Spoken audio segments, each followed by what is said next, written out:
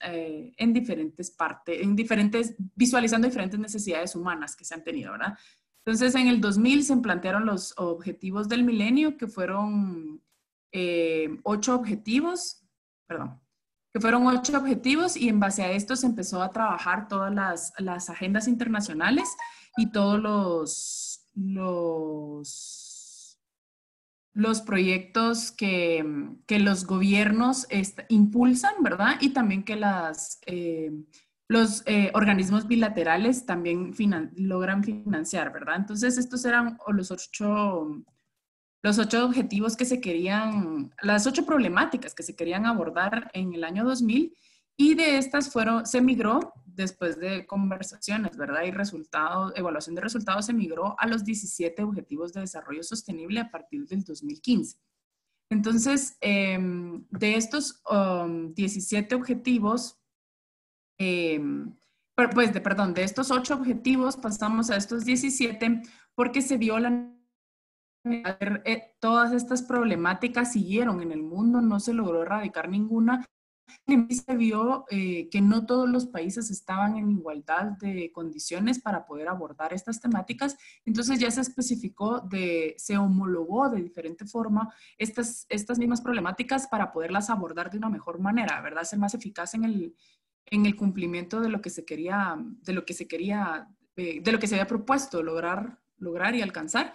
Entonces la diferencia básica entre estos dos pues estaba en que ya el enfoque general ya no fue un enfoque hacia que las problemáticas solo estaban en los países subdesarrollados o países en vías de desarrollo, sino que fue global, ¿verdad? Ya el enfoque fue un enfoque doméstico e internacional en donde cada país tenía la responsabilidad de abordar sus problemáticas, porque se dieron cuenta que no era que solo los países tercermundistas, como bien se les dice, eran los que tenían estos problemas, ¿verdad? Se migró también a tener más indicadores y mejores formas de medición para poder cumplir estos 17 objetivos. Entonces, a la hora de haber más, es más laborioso, pero es más eficaz el poderlo medir, ¿verdad? Y también se manejó ya un lema que ha quedado institucionalizado de no dejar a nadie atrás, ¿verdad? Entonces estos nuevos objetivos hicieron que todo se volviera más equitativo, tratando realmente de abarcar a la mayor cantidad de población posible dentro de cada uno de los países, y que el financiamiento ya no es solo por organismos bilaterales, sino también se empieza a trabajar financiamientos locales y domésticos con recursos basados en modelos, ¿verdad? Entonces estas son las diferencias y esta es la globalidad de donde parte todo este tema del desarrollo sostenible, ¿verdad? Se trabaja en estos 5 ejes generales: el desarrollo, que es el de personas, planeta, prosperidad, paz, y las asociaciones o alianzas que se pueden tener. De estos 17 objetivos sale el objetivo número 11, que es el que nos trae hoy, en el cual se ha basado para poderse desarrollar toda esta teoría del urbanismo sostenible, y que le ha dado también un respaldo en todas las agendas, no solo en la agenda, por ejemplo, de los urbanistas o de los arquitectos que diseñan las ciudades, sino también ha logrado que otras disciplinas se logren integrar, porque en realidad se ha visto la necesidad de que cualquier esfuerzo que se pueda hacer para poder alcanzar a cualquiera de estos objetivos debe ser interdisciplinario, ¿verdad?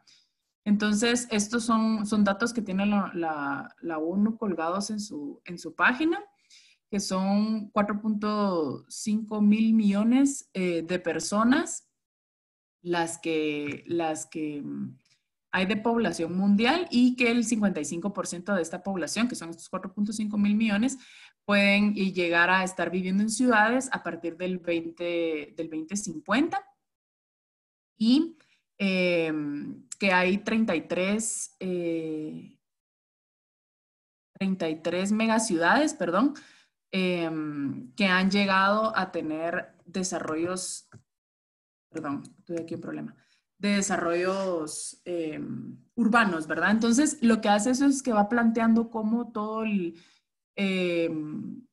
la temática se va a volver urbana en un punto, ¿verdad? Porque estamos creciendo poblacionalmente y estamos gestionando el territorio de esta forma. Nuestra tendencia humana es agruparnos y por ende se empiezan a desarrollar se empieza a desarrollar todo el territorio urbano, ¿verdad?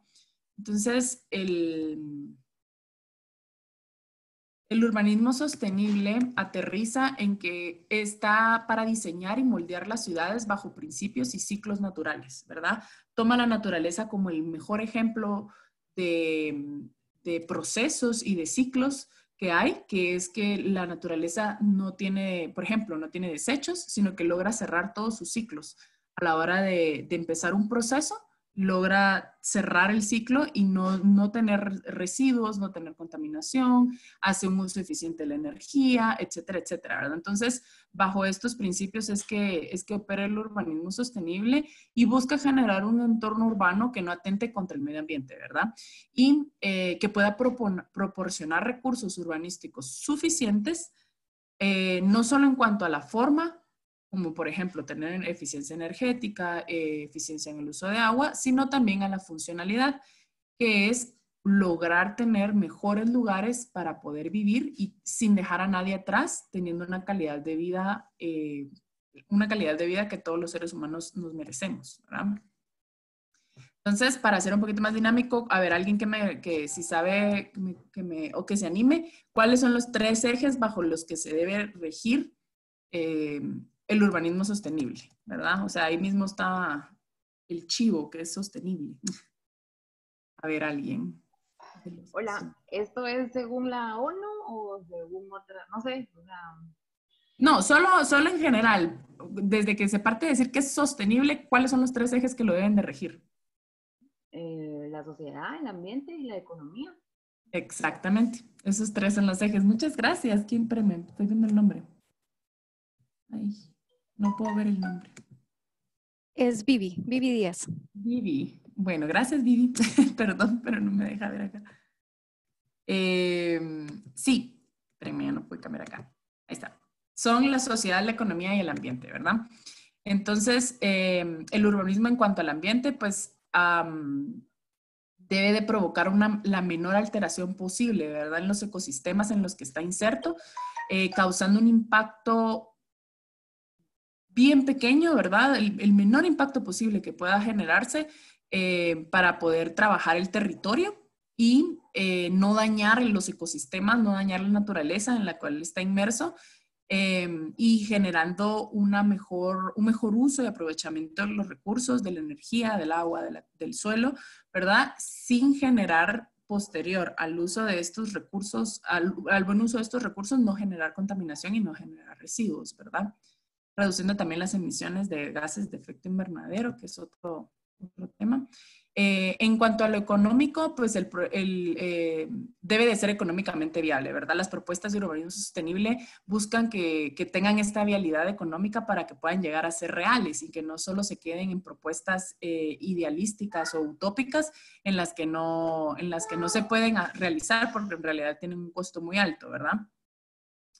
Y en sociedad se refiere a que es un urbanismo sostenible es el que tiene demandas sociales a su entorno, ¿verdad? Los urbanismos sostenibles mantienen ciudadanías activas porque son las ciudadanías las que van marcando el paso de todo el desarrollo, ¿verdad? No es al revés, no es el diseñador urbano o no es el gobierno el que le va diciendo cómo debe de ir desarrollando, sino que es la misma sociedad la que lo va eligiendo y la que lo va exigiendo. Entonces, hacen que exista una participación que engrana, ¿verdad? Todos los demás factores. Existen cuatro dimensiones, que esto es muy leve que lo menciono, que son 4 dimensiones que es las mismas, la social, la económica, la ecológica, pero también se le agrega la política a la hora de hablar de sociedades sustentables, ¿verdad? Que este concepto de sociedades sustentables va muy ligado al concepto de urbanismo sostenible, ¿verdad? Porque, como les decía antes, somos las personas las que logran gestionar que algo sea sostenible, que perdure en el tiempo y que tenga el menor,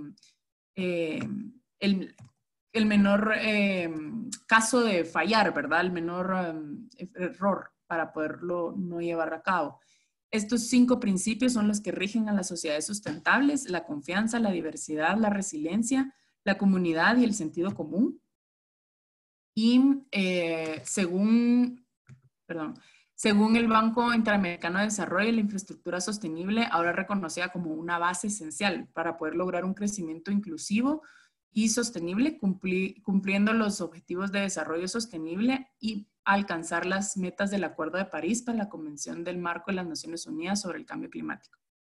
Esta convención, si no están pues, enterados, pues es de donde parte el tema de la preocupación a nivel mundial sobre las emisiones de gases de efecto invernadero, y en la cual pues todos los países firmantes en esa convención del 2015 que se llevó a cabo en París se comprometieron a poder plantear estrategias y planes para poder reducir las emisiones que cada uno hace hacia el ambiente, ¿verdad? Siendo pues, tomando en cuenta el porcentaje que realmente les corresponde de emisiones, ¿verdad? Y una meta importante que se planteó ahí fue que se quería reducir en 2 grados el calentamiento, la temperatura que se estaba percibiendo a nivel mundial. No se ha logrado, pero eso es lo que dice el acuerdo. Entonces, hablando sobre infraestructura sostenible, se refiere a proyectos que son planificados, diseñados, construidos y operados, asegurando la sostenibilidad económica, financiera, social y ambiental, incluyendo la resiliencia climática que les mencionaba, e institucional a lo largo de todo el ciclo de vida de los proyectos, ¿verdad? Cuando se habla de infraestructura sostenible, se hablan de estos 4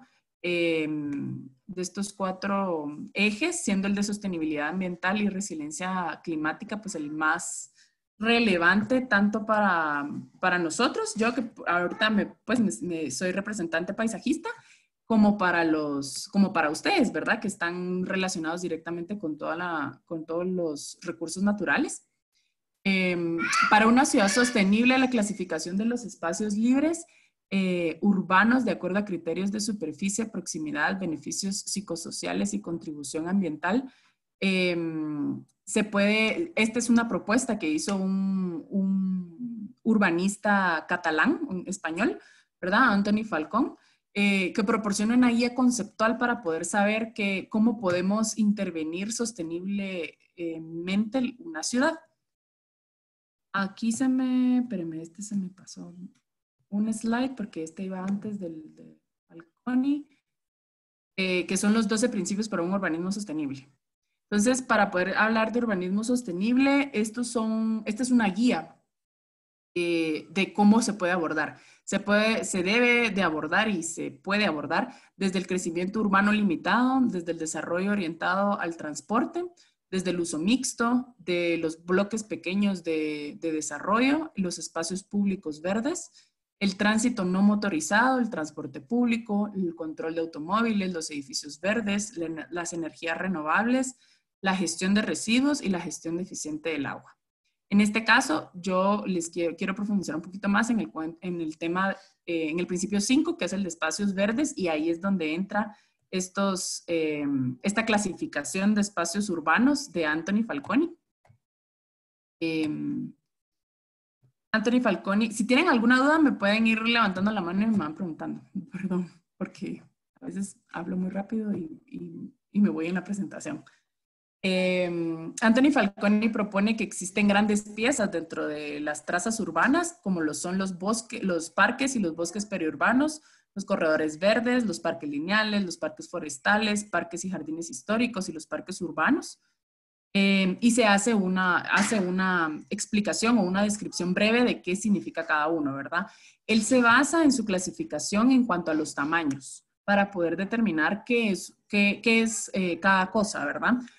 Por ejemplo, los parques y los bosques periurbanos son superficies que tienen una extensión de más de 40 hectáreas.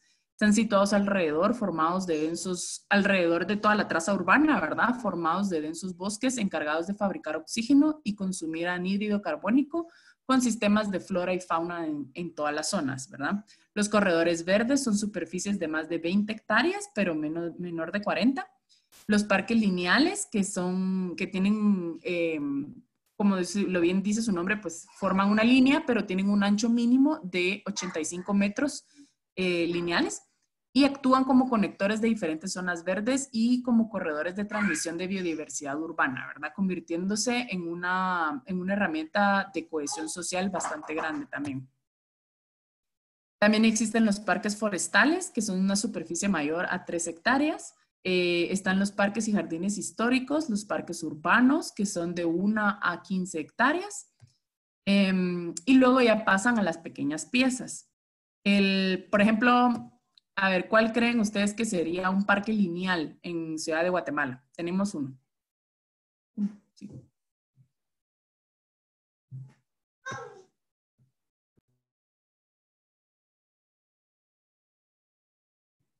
Piensen en un espacio verde dentro de la ciudad que tiene 25 metros mínimo de ancho.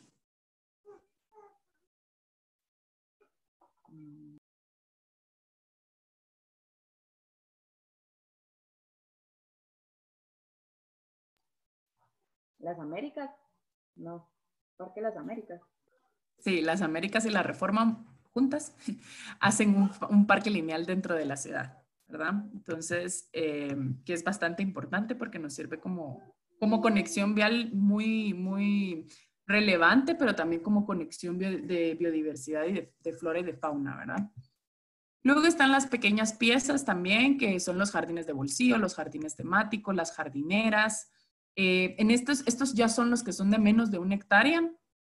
Y que tienen ciertas características, ¿verdad? Por ejemplo, los jardines de bolsillo o parques de bolsillo que está ahorita tomando relevancia, ocupan pequeños espacios residuales, fruto de actuaciones urbanísticas de fácil acceso en barrios utilizados por niños o ancianos que lo ponen como un punto de encuentro cercano a sus viviendas, ¿verdad? Aparte están las jardineras, que son temas de ornatos urbanos, están las plazas arboladas, el verde de acompañamiento a la circulación. Entonces, todas estas tipologías son lo que dan a la hora de estudiarlas de esta forma, son oportunidades. Entonces, están estudiadas por este urbanista catalán, en donde él lo coloca en esta tabla y uno puede visualizar de mejor forma qué oportunidades tienen cada una de estas áreas en cuanto a la aportación psicosocial que tienen, a qué contribución ambiental podrían tener, qué costo de mantenimiento necesitan, qué cobertura vegetal estamos hablando más o menos cuando decimos un parque lineal o un parque de bolsillo o un bosque periurbano, ¿verdad? Entonces, también hace mucho énfasis en la conexión y la vinculación que se puede hacer a la cantidad de población que puede contener, que puede acoger, que puede beneficiar un espacio verde de estos tamaños y qué radio de influencia tiene, ¿verdad? Entonces ya a la hora de colocarlo aquí en una tabla, pues es más fácil poder comparar y poder ver qué oportunidades ambientales tienen estas tipologías, ¿verdad? Hablando un poquito del equipamiento verde, tenemos como principales elementos operativos de los equipamientos verdes la paleta vegetal, el sistema de riego automatizado y los lineamientos de siembra de árboles. Esto se ha desarrollado en la Municipalidad de Guatemala específicamente.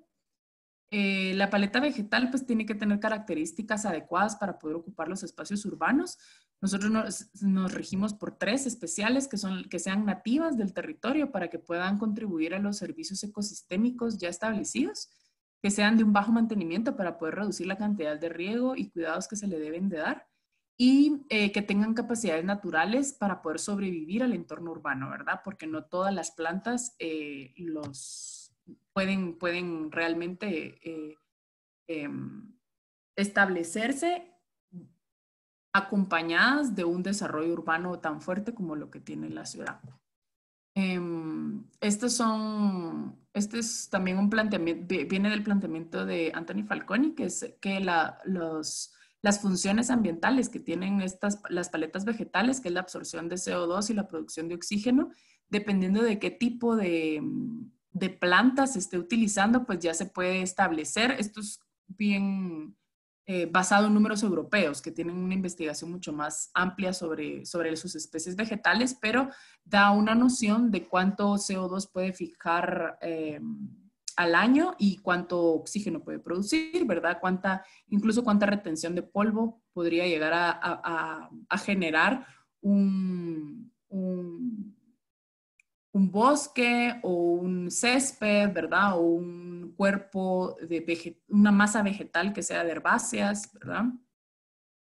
Otro de las funciones ambientales que tienen las paletas vegetales, pues es las partículas, la reducción de las partículas de suspensión, el polvo en el aire, la regulación de la temperatura, que es bastante conocido hoy por hoy, que es beneficioso el tener los árboles específicamente para poder reducir las islas de calor, la reducción y control de la erosión de los terrenos, cómo se puede trabajar con paleta vegetal, la reducción de la radiación solar sobre los habitantes de las ciudades, el filtro acústico y reducción de viento de las circulaciones vehiculares hacia las circulaciones peatonales.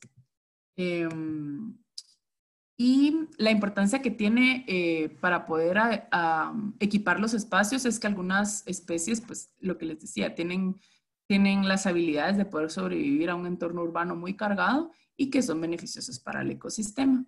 En la ciudad de Guatemala se tienen 24 especies forestales, de las cuales se usan para proyectos nuevos o para proyectos de restauración de paisaje y 103 plantas ornamentales utilizadas en todo el ornato de la ciudad y también como acompañamiento para todos los servicios ecosistémicos que pueden llegar a beneficiar.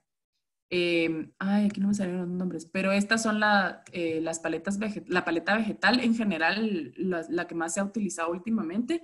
Tenemos esta que, bueno, no les voy a decir los nombres científicos porque seguro me voy a equivocar. Me da mucha pena con ustedes. Entonces,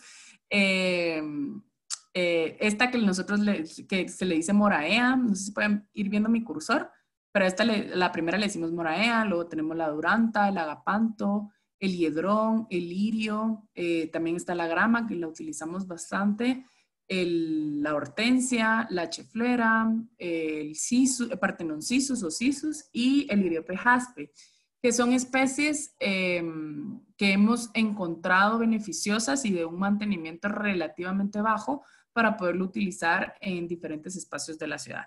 Se tiene clasificación también en la paleta vegetal en cuanto a si es un espacio que va a ser de uso barrial, por así decirlo, comunitario, versus si es un espacio que va a ser solamente de tránsito vehicular rápido, las vías rápidas de la ciudad. Entonces se hacen, ya dependiendo de eso, es que se coloca la vegetación adecuada. Las especies forestales municipales que se manejan también, estas son las que más utilizamos. Hemos utilizado en los últimos 5 años son el matilisguate, la jacaranda, el cortés, el hormigo, el pino, el timboque, el níspero, el encino, el coralillo y la magnolia. También depende de qué finalidad tiene el espacio urbano al que se le va a integrar este tipo de vegetación para poder hacer una elección adecuada, ¿verdad? Estos son ciertos, pues ya esquemas técnicos que utilizamos en la municipalidad para poder establecer en banquetas o en las intervenciones qué especies serían las más beneficiosas, ¿verdad? Porque cuando hablamos de un entorno urbano, pues hablamos de construcciones que ya existen, como esto que aquí se ve las cornisas de cierta, un ejemplo de cornisa de una vivienda o de un edificio, y cómo un árbol tiene un crecimiento estimado dependiendo del lugar en el que se ubique, ¿verdad? Cómo se va a comportar hacia ese tipo de elementos. Entonces, esta es otra, la magnolia y el ciprés columnar, otras especies que también utilizamos, y esto está dentro de la guía de los lineamientos para poder, la normativa de lineamientos de siembra de árboles en la ciudad. Los lineamientos de siembra pues son la guía que se ha ido manejando dentro de los equipos municipales para poder sembrar en los espacios públicos y da generalidades sobre las buenas y las malas prácticas de la siembra, ¿verdad? Se habla sobre el distanciamiento de siembra en esta guía, sobre el distanciamiento de la infraestructura, el detalle de alcorque que se debería de hacer, la ubicación de la siembra, ¿verdad? Qué es correcto, qué es incorrecto, los tamaños de banquetas y los tamaños de alcorques que se le deberían de integrar para poder sembrar las especies adecuadamente.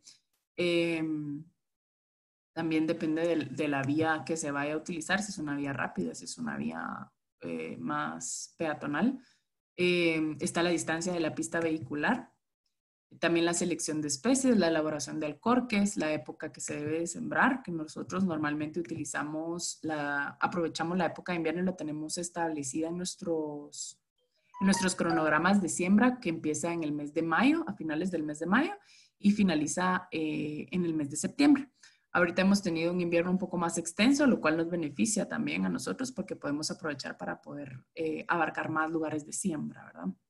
Esto con la finalidad de que a la hora de sembrar no tengamos que volver a los puntos para poder regar los árboles por el escaso personal que se tiene para poder mantener las áreas. Como casos internacionales, pues les puedo mencionar que uno de los mejores ejemplos que existe pues es Copenhague en Dinamarca sobre urbanismo sostenible, ¿verdad? Todas las dinámicas que ha ido desarrollando el, la traza urbana de esta ciudad van enfocadas a que sea sostenible, ¿verdad?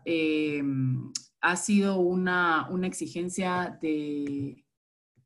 Ay, perdón, no había visto el chat, disculpen. Ahorita me sonó aquí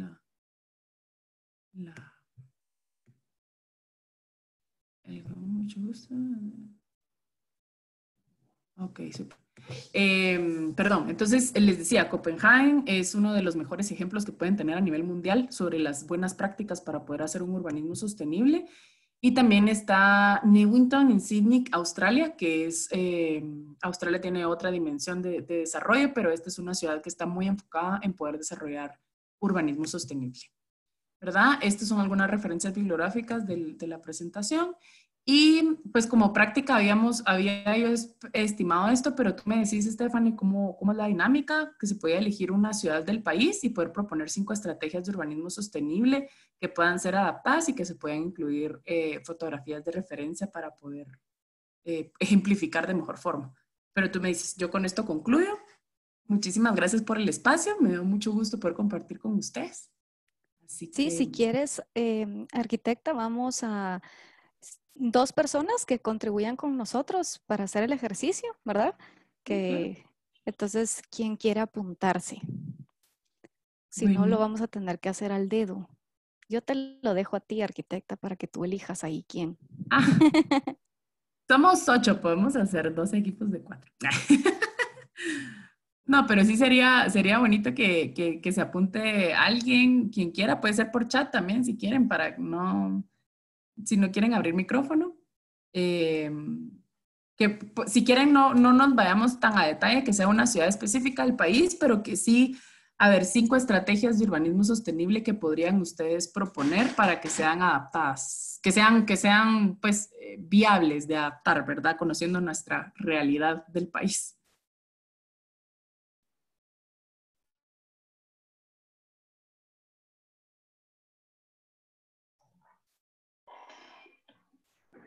Hola, buenas noches.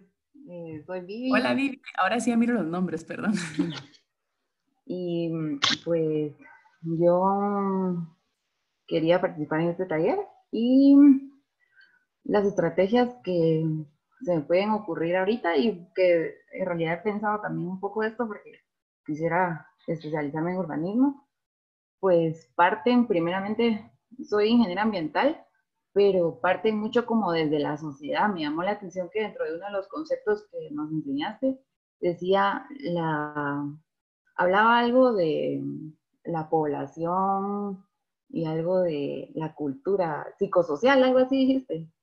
Entonces, yo creo que por ahí también hace falta mucha información como antropológica o algo, que habrán estudios como tal vez de mercado que definan nuestras costumbres respecto al consumo o algo así, pero no he buscado tampoco, pero deberíamos de ver como esos comportamientos en el uso de las aceras, el uso de las carreteras, el uso también de nuestro comercio que está alrededor o algo así, porque lo que decías tú que no podíamos partir de, no eran los desarrolladores urbanísticos quienes iban a determinar cómo ordenar la ciudad, sino es la misma gente, ¿verdad?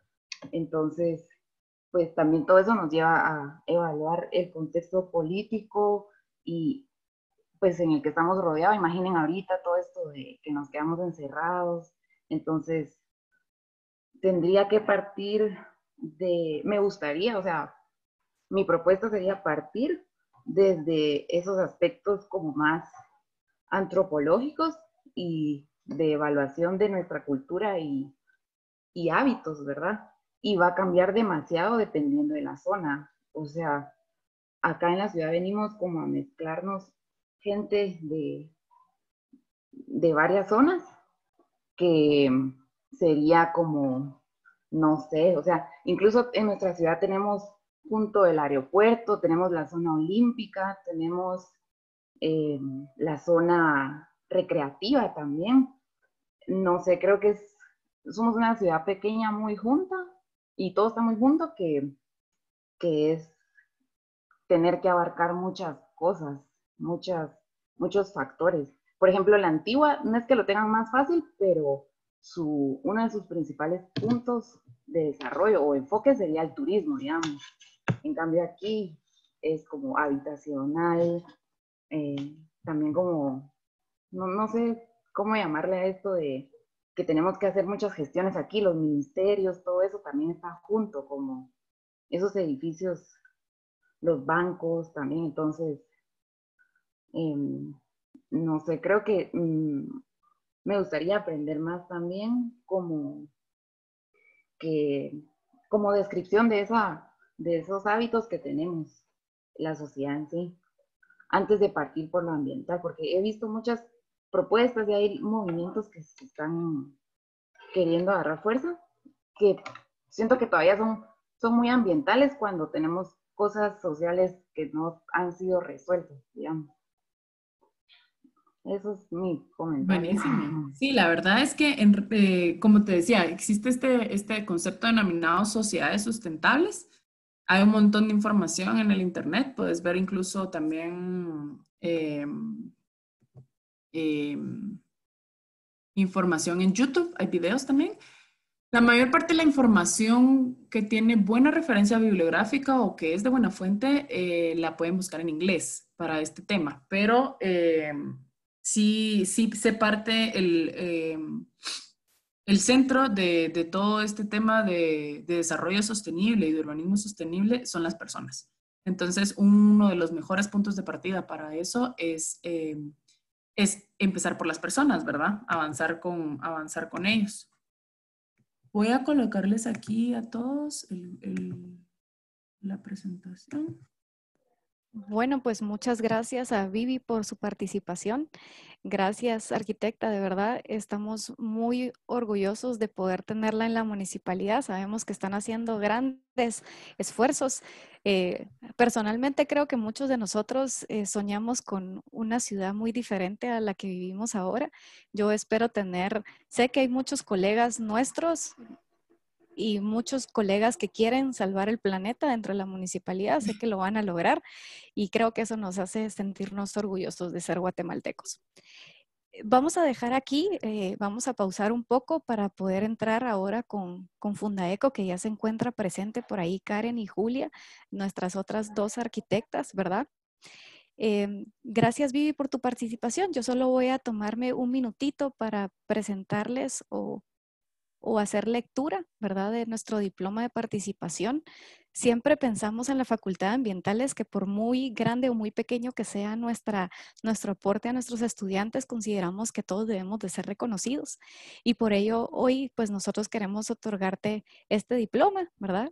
Tiene tu nombre, como lo ves, desde la Facultad de Ciencias Ambientales y Agrícolas de la Universidad Rafael Landívar, otorga este presente reconocimiento por el destacada participación en el taller y, como bien nosotros lo llamamos, el urbanismo desde la sostenibilidad y el ordenamiento territorial el 2 de octubre del 2020. Para nosotros es realmente de gran orgullo tenerte en la municipalidad. Y bueno, vamos a pasar entonces ahora con Karen y con Julia para no ir perdiendo mucho el tiempo. De verdad, gracias, arquitecta Alejandra, te lo agradecemos muchísimo. Y vamos a seguir entonces con la siguiente parte. Te invitamos a que te quedes, no te vayas, por favor, para que Gracias, puedas gracias por la también invitación. disfrutar ahí con Karen y con Julia. Hola Karen, hola Julia, ¿cómo están? Buenas noches. Hola, buenas noches. ¿Qué tal? Lástima que no sabía de la presentación de antes, entré ya de último, pero me encantó verla. Sí, la verdad es que fue bastante satisfactoria. Les contamos que en la sala tenemos a 8 personas, incluidas nosotras, ¿verdad? Esperábamos más quórum, pero yo me imagino que como saben ustedes, estamos en la semana de aniversario de los 36 años de la facultad, entonces hay varias actividades alrededor de esta. Entonces, aquí estamos los que estamos interesados en el tema del urbanismo. Como les había comentado cuando platiqué con ustedes, no muchos de nuestros estudiantes conocen el tema y pues el ejemplo creo que es Vivi que está presente y por ahí vi a alguien más, pero no recuerdo ahorita el nombre, pero creo que es importante que ustedes sepan que muchos de nuestros estudiantes pues no conocen el tema, quieren a veces dedicarse a esto, ¿verdad? Entonces voy entonces a pasar a presentarlas formalmente ya para empezar esto y no tardarnos más tiempo. Tengo el agrado de presentar entonces a ambas. Voy a presentar primero a Karen Aguilar, ecologista desde su niñez. Se formó como ingeniera agrónoma en recursos naturales y tiene una maestría en gestión ambiental y desarrollo sostenible. Actualmente es la directora de la planificación territorial y proyectos de carbono de Fundaeco, dirige el proyecto de Cinturón Verde de la Metrópolis de Guatemala y es la coordinadora de la iniciativa de carbono para la lucha contra el cambio climático. Después vamos a presentar ahora a la arquitecta Julia López Monterroso, graduada de la Universidad San Carlos de Guatemala, con un estudio de maestría en diseño y planificación de manejo ambiental. Hoy sí no me dejaron ninguna de las dos respirar. 5 años de experiencia en Secretaría de Planificación de Programación en la presencia de SEGEPLAN, como facilitadora en los procesos de planificación y ordenamiento territorial de la municipalidad. Ambas tienen un currículum bastante amplio, pero me voy a detener aquí para no quitarnos más tiempo, ¿verdad? Seguramente quieren más escucharlas a ustedes que a mí, eso es de seguro. Entonces, los dejo para que ustedes usen el espacio. Recuerden, las personas que estamos de escuchas, por favor, mantener su micrófono y su pantalla apagada para que solo se pueda ver Karen o Julia para que estén presentes. Bueno, muchas gracias por la invitación. Qué alegre poder compartir con ustedes estos temas. Primero quiero contarles un poco de Fundaeco y por qué, bueno, asumo por qué nos invitaron. Fundaeco es una organización que tiene ya 30 años de estar trabajando en el tema ambiental, pero nosotros trabajamos principalmente el tema de áreas protegidas, tanto desde su concepción, diseño, la promoción y ya su manejo y gestión.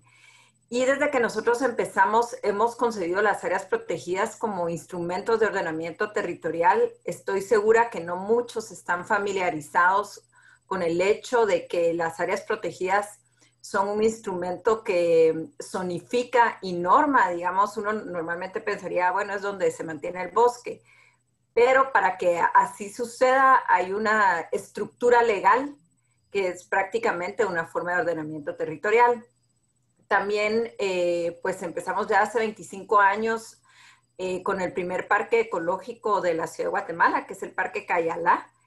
Desde hace más de 15 años hemos promovido el tema del cinturón ecológico metropolitano, aunque el concepto de cinturón verde o cinturones verdes no es que nosotros lo inventamos, obviamente, ¿verdad? Es un concepto que viene desde 1800, o quizá antes, que se usaba en Europa principalmente con el objetivo de contener el crecimiento de las ciudades. Por supuesto, este concepto fue evolucionando, ¿verdad? Y aquí en Guatemala me parece que se empezó a promover desde los años 70, así que nosotros lo que hicimos fue rescatar un poco eso y a partir de ahí pues hicimos un estudio técnico que fue presentado a la Municipalidad de Guatemala y que después, como parte del ordenamiento territorial que vamos a conversar hoy, se convirtió en las zonas G0 y G1 del POT. También hemos hecho otro tipo de estudios de soporte para el ordenamiento territorial y actualmente estamos trabajando 3 planes de ordenamiento local y 3 planes de ordenamiento territorial en ciudades importantes, Escuintla, Puerto Barrios y Chimaltenango. Entonces, eso es un poco para contarles lo que hemos hecho en el tema. Ahora dejo entonces a Julia para que les dé algunos conceptos fundamentales sobre ordenamiento. Gracias, Karen.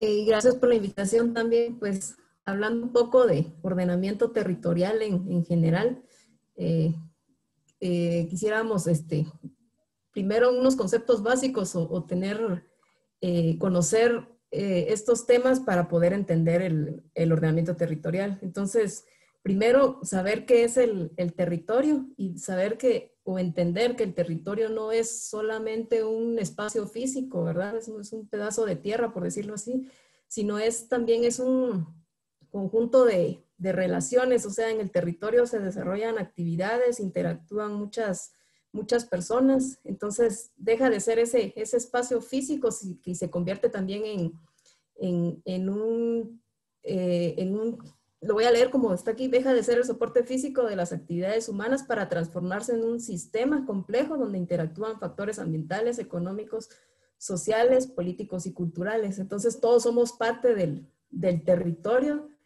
y somos nosotros los que interactuamos en él. Entonces, ¿y por qué es importante entenderlo? Porque seamos nosotros como habitantes, autoridades, somos los que decidimos qué se hace en el territorio, ¿verdad? Entonces, por ejemplo, nosotros tomamos la decisión de qué uso se hace en cada espacio del territorio. Por ejemplo, si nosotros vemos un basurero en un espacio, en cualquier espacio, somos nosotros los que estamos decidiendo que esa área la queremos usar para un basurero, o que nos asentamos para vivir a la orilla de un río, por ejemplo. También son decisiones de nosotros, pero que están afectando al territorio, ya sea por cultura o por necesidad, ¿verdad? Pero son decisiones que se hacen sobre el uso que se le da al territorio.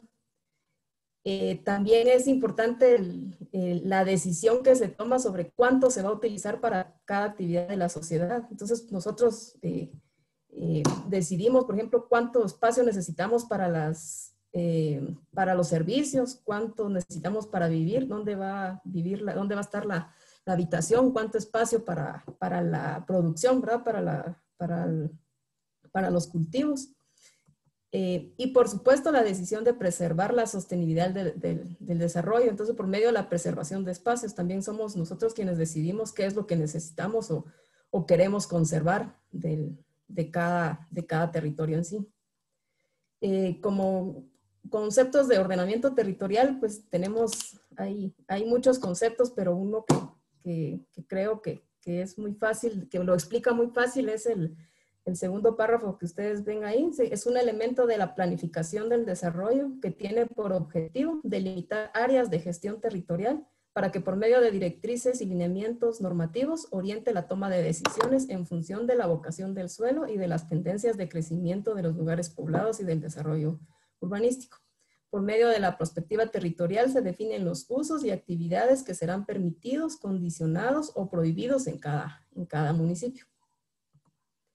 El ordenamiento territorial también tiene enfoques transversales como la equidad étnica y de género, o sea, promover la participación incluyente en la población, el mejoramiento de vida, la gestión de riesgo y el cambio climático para reducir el riesgo e implementar medidas para la adaptación al cambio climático. Y otro enfoque transversal, pues valorar económicamente los servicios de la naturaleza, o sea, el enfoque ecosistémico. En Guatemala, pues el ordenamiento territorial tiene su base legal. Hay muchas leyes que abordan el tema, pero las principales están en la Constitución Política y en el Código Municipal. Entonces, importante es saber que la constitución política es en el artículo 253, donde habla de la autonomía municipal. Entonces, establece que las funciones constitucionales que le asigna a los municipios son la atención de los servicios públicos, velar por el ordenamiento del territorio de su jurisdicción. Entonces, la autonomía municipal tiene, por tener esa capacidad, digamos, de ser un municipio autónomo, puede tomar decisiones sobre el territorio. Sobre el medio ambiente y el equilibrio ecológico, también la Constitución menciona que el Estado y las municipalidades y los habitantes del territorio están obligados a propiciar el desarrollo social, económico y tecnológico que prevenga la contaminación del ambiente y mantenga el equilibrio ecológico. El Código Municipal, pues, es la ley donde están todas las funciones, todas las competencias del municipio, ¿verdad? Entonces, en cuanto a las autoridades, el artículo 35 y 36 hablan sobre el Consejo Municipal. Entonces, el Consejo Municipal es el que tiene la atribución del ordenamiento territorial y el control urbanístico del municipio. Está obligado a organizarse y dentro de sus comisiones que tienen que conformar está la obligación de conformar la Comisión de Servicios, Infraestructura, Ordenamiento Territorial, Urbanismo y Vivienda. El artículo 142, 143, pues son los que literalmente dicen que la formulación y la ejecución de planes o planes de uso del suelo son obligación de la municipalidad. Entonces es la municipalidad la que tiene la obligación de implementar estos procesos. Lo mismo con el tema de autorización de licencias de urbanización. Y en cuanto a roles en el proceso, pues el alcalde es el encargado de ejecutar y dar seguimiento a todos los políticos, planes municipales. Y la aprobación, esto también es importante, que la aprobación de los planes está a cargo del Consejo Municipal, con 2/3 partes que estén de acuerdo, pues se aprueban todas lo que sean normas, planes, reglamentos, políticas, etc. Entonces esto nos lleva a que es un plan de ordenamiento territorial. Un POT, el que más hemos escuchado, creo yo que es el de Ciudad de Guatemala, pero un plan de ordenamiento territorial requiere tres temas importantes. Primero, la toma de decisión, o sea, la voluntad política, para que un municipio elabore o tenga su plan de ordenamiento territorial. La decisión la tiene que tomar pues las autoridades, ¿verdad? Como lo mencionan las leyes. Tiene que ser para construirlo tiene que ser un proceso técnico y que sea un proceso de participación. Entonces, un plan de ordenamiento territorial, también hay varios conceptos, pero el segundo creo que es uno que los ayuda a entenderlo mejor. Es un instrumento de gestión territorial para administrar y orientar estrategias que determinen las potencialidades de un territorio en una perspectiva de visión, de visión de transformación. Está compuesto por un conjunto de objetivos, acuerdos, políticas, metas, programas, acciones y normas adoptadas colectivamente. Se implementa por medio de un instrumento municipal normativo, que es el reglamento de ordenamiento territorial. Sin el reglamento no podemos implementar o hacer cumplir un plan de ordenamiento territorial. Entonces, el plan de ordenamiento territorial requiere comprender el territorio y regularlo. Entonces, se requiere de una parte técnica, que es de análisis, una parte participativa de la población, de la municipalidad, lo sectorial, también la participación de las instituciones en el territorio y la parte normativa. ¿Cómo se hace un plan de ordenamiento territorial? Pues la CEGEPLAN, en el marco de sus funciones y de su papel, brinda asistencia técnica y acompañamiento a las municipalidades. Entonces, desde hace años se han elaborado guías para las municipalidades para que ellas puedan empezar a trabajar sus planes de ordenamiento territorial. La última herramienta que ellos han elaborado es una guía para elaborar el plan PDMOT, que lo que busca es actualizar los planes de desarrollo municipales que se elaboraron como en el 2008 y complementarlo con lineamientos de ordenamiento territorial. Entonces, hay una ruta metodológica que establece esta herramienta, la guía de CGPlan, que está compuesta por 4 fases. Entonces, esta ruta metodológica es muy similar al ordenamiento territorial. La diferencia entre un PDMOT y un plan de ordenamiento territorial es en la parte normativa. Un plan de desarrollo municipal, actualmente, si no estoy mal, hay como 194 elaborados de todos los municipios del país, pero que no solo llegan hasta la fase 3. Entonces les voy a explicar rápidamente cuál es el proceso. Todo esto tiene varias herramientas dentro de la guía, pero en sí la fase 1 es la generación de condiciones. Y aquí es donde se toma la decisión del municipio, que el municipio decide empezar a trabajar su plan de ordenamiento territorial. Se trabaja en identificar actores, conformar una mesa técnica para ir trabajando, empezar a hacer primeras investigaciones para tener un diagnóstico del municipio.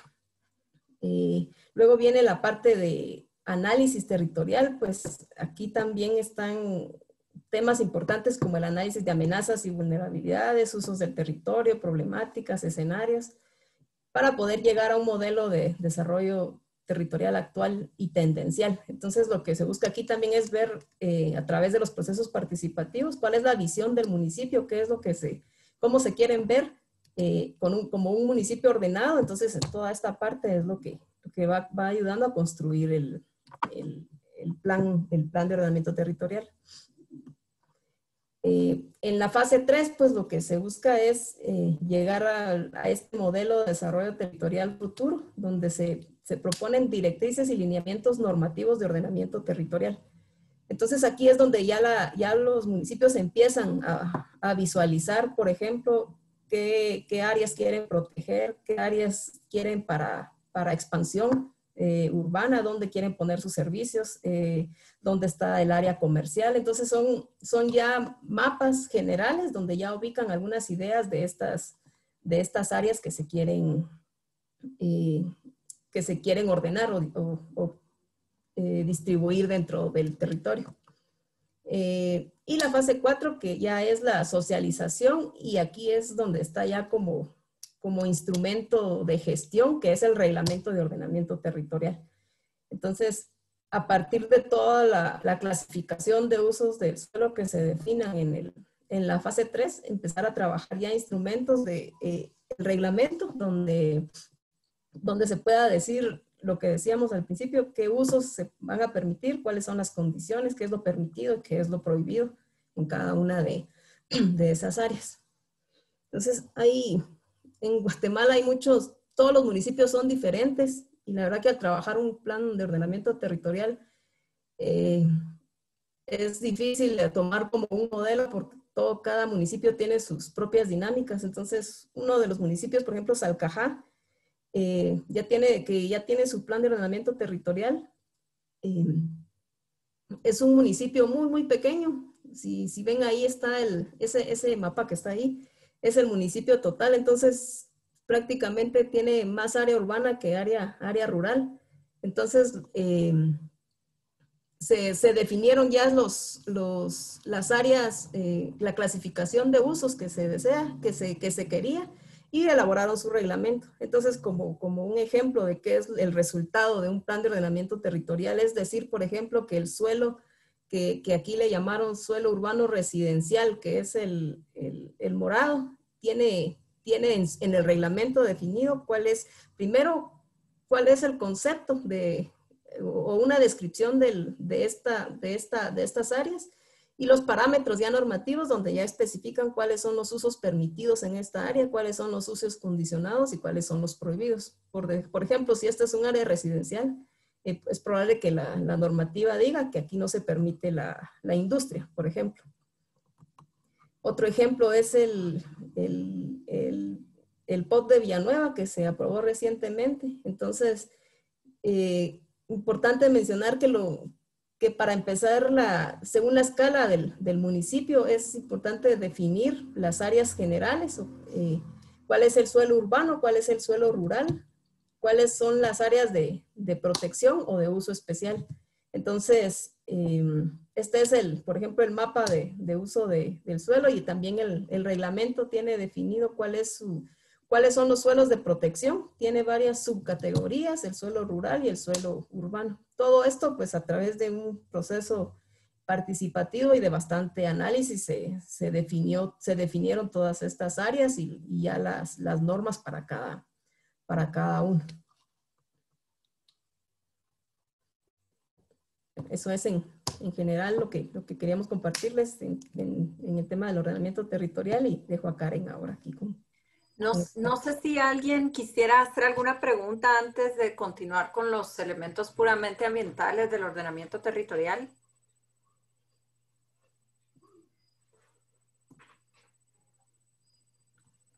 Creo que no, ¿verdad? Bueno, entonces, estábamos viendo con Julia cuáles son los conceptos fundamentales y los instrumentos ya típicos para un ordenamiento territorial urbano, ¿verdad? Recuerdan que antes yo le mencioné lo de las áreas protegidas, pero eso en general es como un instrumento en sí mismo y más de zonas rurales, digamos, ¿verdad? Que no quiere decir que no se pueda incorporar a la parte urbana o que no se pueda tratar de en algún momento de unirlos o aprovecharse el uno del otro. Pero para hablar del tema ambiental propiamente del ordenamiento territorial, es importante primero que recordemos los conceptos de sostenibilidad, ¿verdad? Recordemos que este es un concepto pues relativamente nuevo, digamos, pues, del siglo pasado, ¿verdad? Pero antes no se usaba porque no había ese concepto de la presión que generamos sobre el ambiente y de cómo las cosas que hacemos hoy en cuanto a desarrollo pueden afectar las generaciones del futuro. Entonces, la idea de la sostenibilidad es que podamos tener un desarrollo que nos permita satisfacer nuestras necesidades sin comprometer la capacidad de las futuras generaciones para satisfacer las suyas. Entonces, la idea aquí es básicamente un tema de equilibrio entre el crecimiento económico, el bienestar de las personas y el cuidado del medio ambiente. Es importante que pensemos que para hacer ordenamiento territorial, lo primero es considerar la capa de lo vital, es decir, la capa que nos garantiza los servicios ambientales a las personas. Aunque ahora cada vez más y más también se habla de los derechos de cuarta generación, que son los derechos de la biodiversidad y los derechos del planeta, por ejemplo. Pero, digamos, como les comentaba la compañera anteriormente, todo este tema de la sostenibilidad está centrado en las personas y en su calidad de vida. Entonces, cuando hablamos de la capa de lo vital, es lo vital para garantizar la calidad de vida y la salud de las personas. Y para ver esto podemos pensar básicamente como en tema de recarga hídrica, las fuentes de agua, que no es lo mismo, ¿verdad?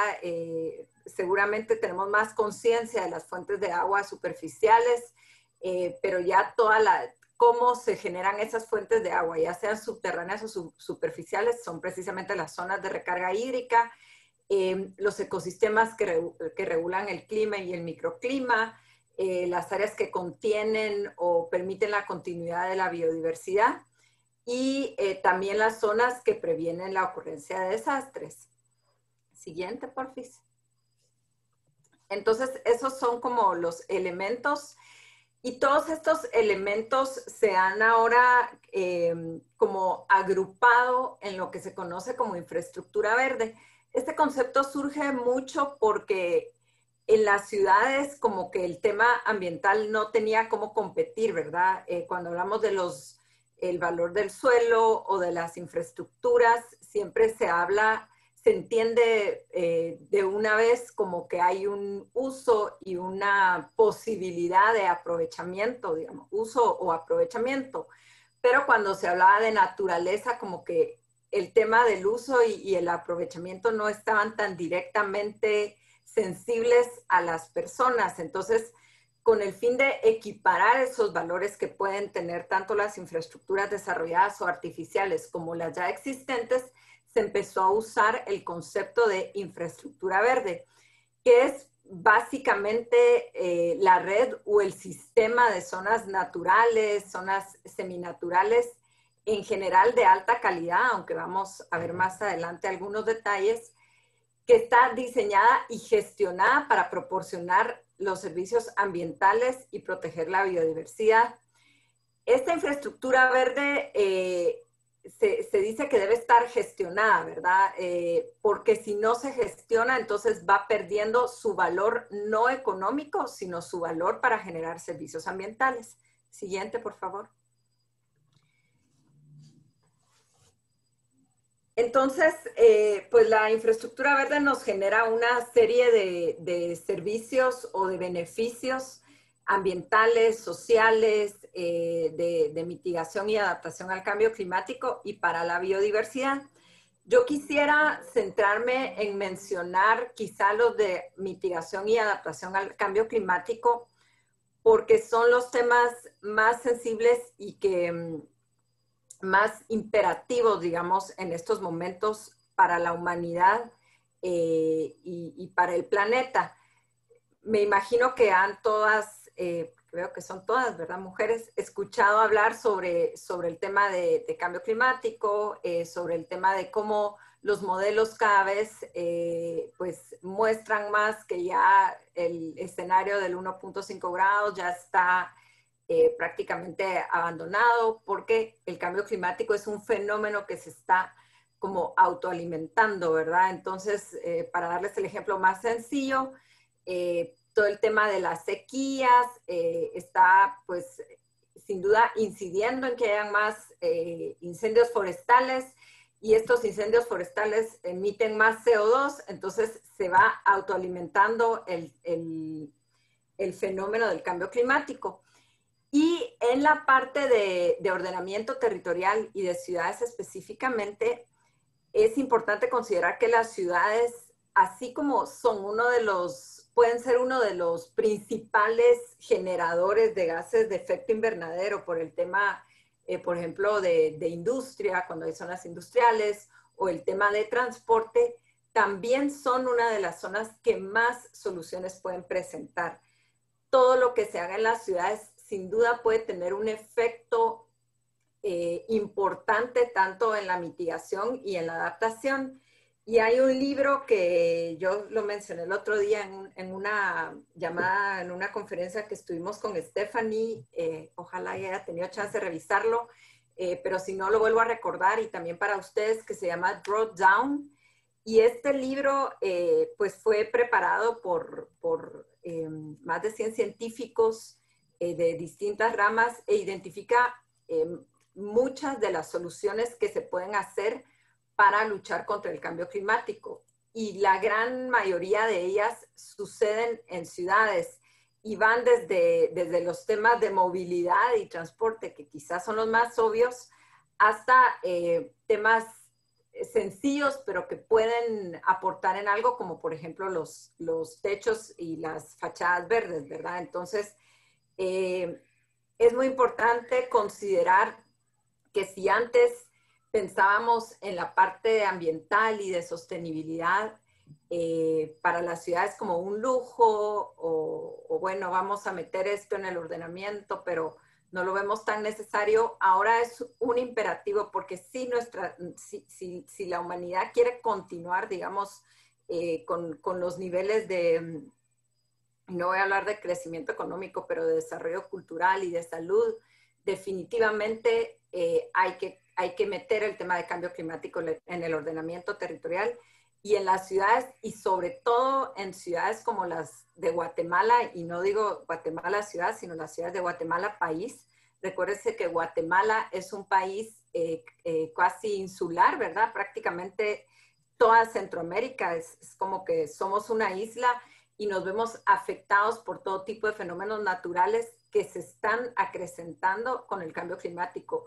Y las ciudades, precisamente por todo el cambio que ha habido sobre las coberturas vegetales, pues son o suelen ser las más vulnerables. Siguiente, por favor. Entonces, ¿cómo identificamos la infraestructura verde? Ustedes vieron algunos mapas que Julia les mostró, que son como mapas ya resultantes de cuando se hace un proceso de ordenamiento territorial, pero hay una serie de mapas que se utilizan al inicio. Y les digo al inicio del proceso porque al ser la capa de lo vital, estos son los elementos iniciales. Algo importante del ordenamiento territorial es que no es un proceso que ocurre en pasos cerrados. Terminamos el 1, hacemos el 2 y el 3. No.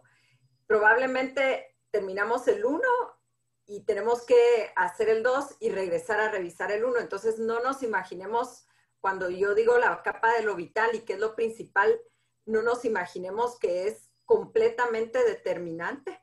Ahí se los voy a comentar más adelante, pero sin embargo sí debe ser la capa guía, ¿verdad? Por supuesto, hay cosas que después se revisan, por ejemplo, si hay que incluir algunos temas de movilidad, de vivienda, pero esta es la capa fundamental. Entonces, las capas que usamos, ¿verdad? Porque como aquí estamos hablando de territorios, definitivamente tenemos que hablar de mapas. Son los mapas de cobertura forestal, de uso actual del suelo y cobertura vegetal. Dependientes, ¿verdad? Los modelos de elevación digital también son muy útiles. Los análisis de NDI, que son, NDI es unas siglas en inglés, que son el índice de normalización diferenciada que se usa para distintos tipos de cosas, pero en este caso para la vegetación y es, por ejemplo, para conocer densidad de vegetación o salud de la vegetación. Estos tal vez ya son análisis como más finos y complejos, pero también se pueden usar.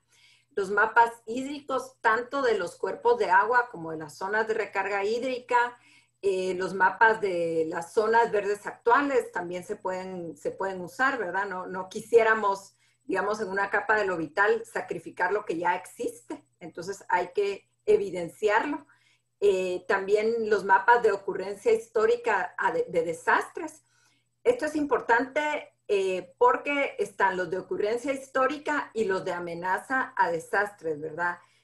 Hay una tendencia mucho en Guatemala a pensar en los de ocurrencia histórica, pero recordemos que eso no nos está dictando el futuro y un plan precisamente es a futuro. Entonces, aparte de usar de los de ocurrencia histórica, tenemos también que considerar los análisis de dónde podría ocurrir este tipo de eventos.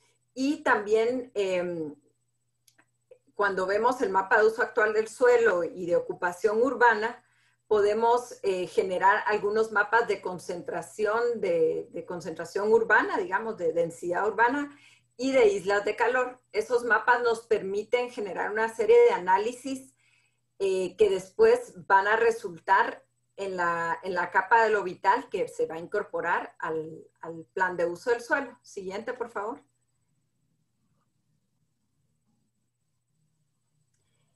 Entonces,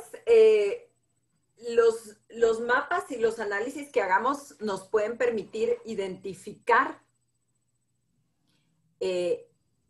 sea porque ya existen o porque queremos dejar esos espacios, las zonas prioritarias de alto valor en términos de biodiversidad y generación de servicios ecosistémicos.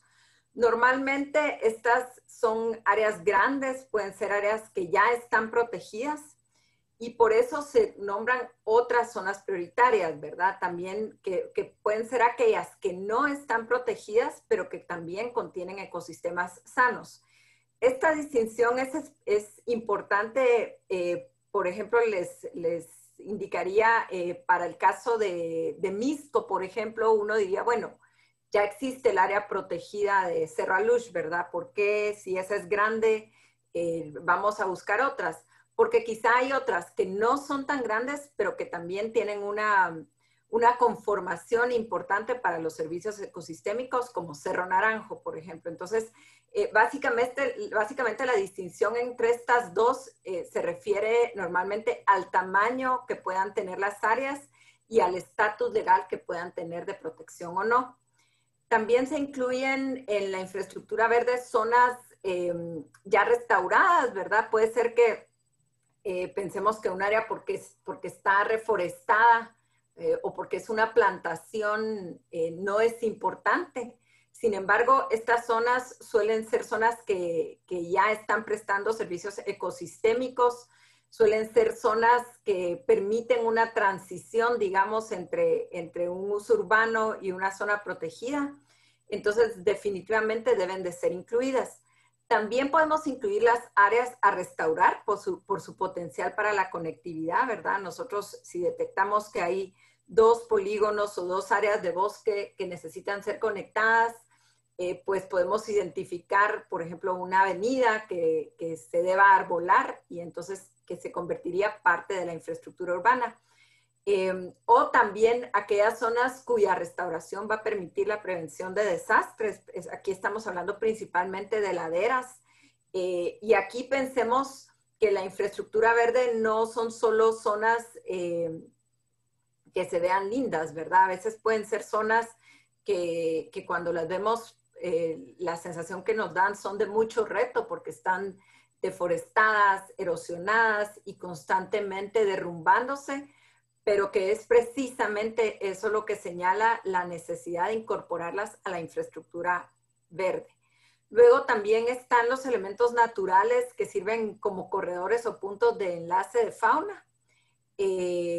Estos son pues bosquetes, digamos, pequeños que puedan ir conectando bosques importantes, también corrientes fluviales o digamos, aquí incluimos tanto ríos como también algunas corrientes estacionales. Por eso es que los mapas hídricos son importantes porque normalmente pensamos en los ríos, pero no pensamos en aquellas corrientes hídricas que se forman en los inviernos, particularmente lo vemos aquí en Guatemala con los barrancos. Hay muchas pequeñas corrientes que no notamos en verano, pero que son importantes mantener siempre. Y pequeños bosques. Luego están los elementos artificiales que ayudan a mejorar los servicios ecosistémicos. Aquí normalmente hablamos de infraestructuras que en Guatemala todavía no existen, pero que es importante considerar como los ecoductos que son subterráneos o los ecopuentes. Esto existe mucho en Estados Unidos y en Europa y que están perfectamente monitoreados, que son utilizados por la fauna, pero también otras infraestructuras artificiales como estanques, por ejemplo, ¿verdad? Zonas de captación de aguas pluviales, también espacios para el tratamiento de aguas, ¿verdad? Aquellas áreas donde se puedan implementar tratamientos de tipo natural o, por ejemplo, lo que se intentó hacer, que está bastante abandonado para el lago de Amatitlán, que son estas terrazas que son como la parte del tratamiento primario de las aguas. Entonces, estas áreas, digamos, ahorita ya están con una gestión, bueno, más o menos gestión, pero la infraestructura, cuando se visualiza como la infraestructura verde, es precisamente ver ese potencial de la terraza para allí implementarlo. También otro ejemplo donde podríamos pensar una infraestructura de este tipo es, por ejemplo, en las orillas del lago de Amatitlán, en las zonas de Cañaveral, por ejemplo. Esas bien gestionadas y con la implementación de algún tipo de vegetación, se pueden volver también zonas de un tratamiento inicial para retener algunos contaminantes. Luego están las zonas de amortiguamiento, gestionadas de manera sostenible. Aquí es importante porque a veces pensamos en estas zonas, por ejemplo, al final de la zona 16, entre zona 16 y el límite con zona 17, ¿verdad? Ahí vemos como que ya la densidad urbana empezó a bajar un poco y entonces decimos, ya estamos en una zona natural y una zona verde. Pero esta zona no está siendo manejada como infraestructura precisamente porque no hay una gestión o una planificación sobre ese tema. Entonces lo que va a pasar es que esas zonas al final son ocupadas por usos urbanos también y pierden ese valor de infraestructura verde que queríamos darles.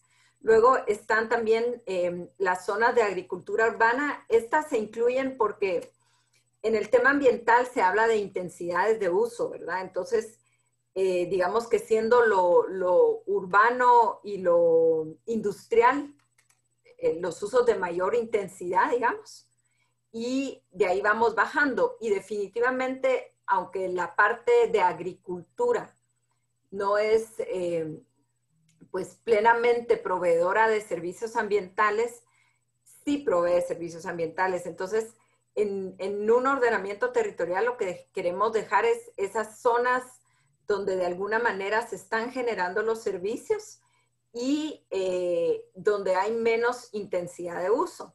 Y finalmente las zonas multifuncionales, allí Alejandra les presentó pues varias categorías de parques anteriormente, pero serían pues todas esas zonas donde convergen distintos usos, los parques, las áreas verdes y cementerios verdes, por ejemplo. Siguiente. Entonces, ¿cómo identificamos esas infraestructuras que les mencioné? Algunos métodos pueden ser el cruce de capas o mapas. Estos se puede hacer con puro análisis, con sistemas de información geográfica, pero también se puede mezclar con matrices de valoración. ¿Esto qué es? Que a los mapas, digamos, le vamos dando un valor o un atributo, por decirles, tenemos un mapa de bosque, ¿verdad? Y estos bosques los empezamos a clasificar en tamaños. Entonces, a los que tienen mayor tamaño le vamos a dar un valor 1 siendo el más alto y así nos vamos a ir hasta uno de menor valor que es 5. Luego ese mapa lo podemos cruzar con otro mapa. Por ejemplo, si hay presentes cuerpos de agua, ¿verdad? ¿Qué tamaño tienen? Entonces, de nuevo, a los más grandes les damos 1 y a los menores o a las corrientes intermitentes o estacionales les damos 5. Entonces, vamos cruzando, digamos, ¿verdad? Y cuando nos sale valor en la matriz, valor 1, 1, entonces definitivamente esa es un área súper prioritaria, ¿verdad? Tiene un bosque grande que tiene calidad y además de eso tiene un cuerpo de agua. Esto por darles un análisis de lo más simple que se puede hacer. Pero cuando se hace ordenamiento territorial, en realidad lo que se hacen es múltiples cruces de capas y matrices un poco más complejas precisamente para ir detectando todos los valores. Otros métodos son análisis de tendencia, ¿verdad? Lo que les decía yo, por ejemplo, del tema de los desastres, ¿verdad? Sabemos, por ejemplo, que históricamente ha ocurrido un desastre, por ejemplo, derrumbes en cierta zona, y lo que hacemos es un análisis de tendencia, viendo, bueno, en qué momentos, con qué tipos de lluvias, con cuántos, cuando digo tipos me refiero a cantidad de lluvia, pero también a cuántos días de lluvia ocurren estos desastres. Entonces, mapeamos otras áreas que quizá no ha ocurrido ese desastre nunca, pero que cumplen con todas esas características. Entonces eso se vuelve como un análisis de tendencia de dónde podría ocurrir. También análisis prospectivos, que son una mezcla no solo de análisis cuantitativos y numéricos tan precisos, digamos, sino que también tienen una lectura de expertos. Y aquí una lectura de expertos que quieren generar como escenarios, digamos, de lo que puede suceder, es decir, basados en la historia y en lo que ha ocurrido, pensamos cómo podría ser o qué escenarios queremos ver en el futuro. Y otros tipos de análisis que suelen ser más ejercicios con expertos, o tal vez no con expertos, pero con visionarios, digamos, de la ciudad o visionarios de proyectos urbanos. Y con ellos ya viene la parte, por ejemplo, de, bueno, aquí queremos proteger un bosque, ¿verdad? Y estos visionarios decían, no, pero esta zona es más adecuada, por ejemplo, para zona residencial. Entonces, ¿cómo conjugamos esos dos intereses o esos dos usos en el ordenamiento territorial de la ciudad, ¿verdad? Entonces, es ahí donde los ejercicios de visión ya no son tan estrictos, ya no son tan numéricos o tan de mapa, digamos, sino ya es más temas de visión y de negociación de qué cosas de la infraestructura verde van a ser priorizadas. Siguiente.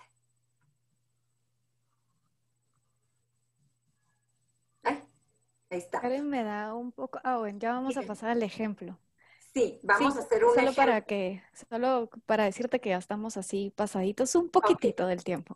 Y ya vamos cerrando. Entonces, aquí hay un ejemplo bien básico de cómo surgió, por ejemplo, las zonas G0 y G1 en el CEM, en el Cinturón Ecológico Municipal de Guatemala.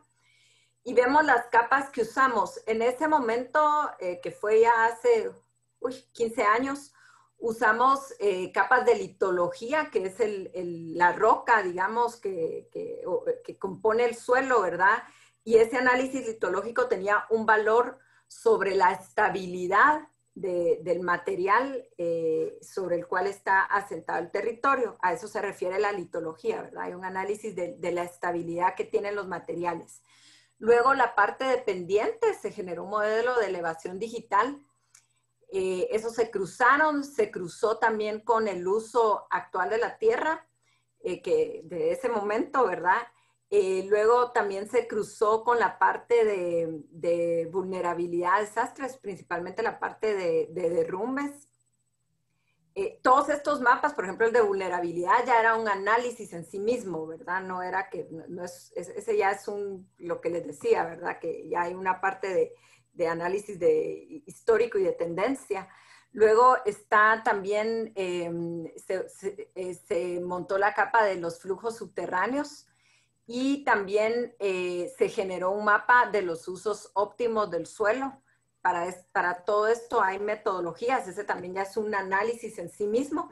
Todas estas capas se fueron cruzando y se identificaron lo que nosotros llamábamos en ese momento como los complejos o las formaciones que deberían conformar el cinturón ecológico metropolitano. Siguiente.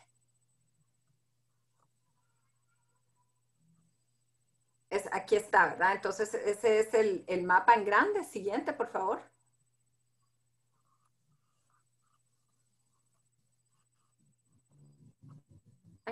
Ahí está.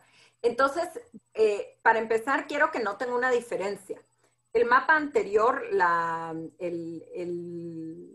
polígono o la forma sobre la que estaba hecho siguiendo las cuencas, ¿verdad? Entonces, esto es porque normalmente cuando se hace toda la parte inicial, los elementos naturales no tienen un corte administrativo, ¿verdad? Entonces esto después se puede hacer el corte para la parte municipal que tiene que está cubriendo ese ámbito o esa jurisdicción legal, pero inicialmente la parte natural pues se hace siguiendo lo que es natural, ¿verdad?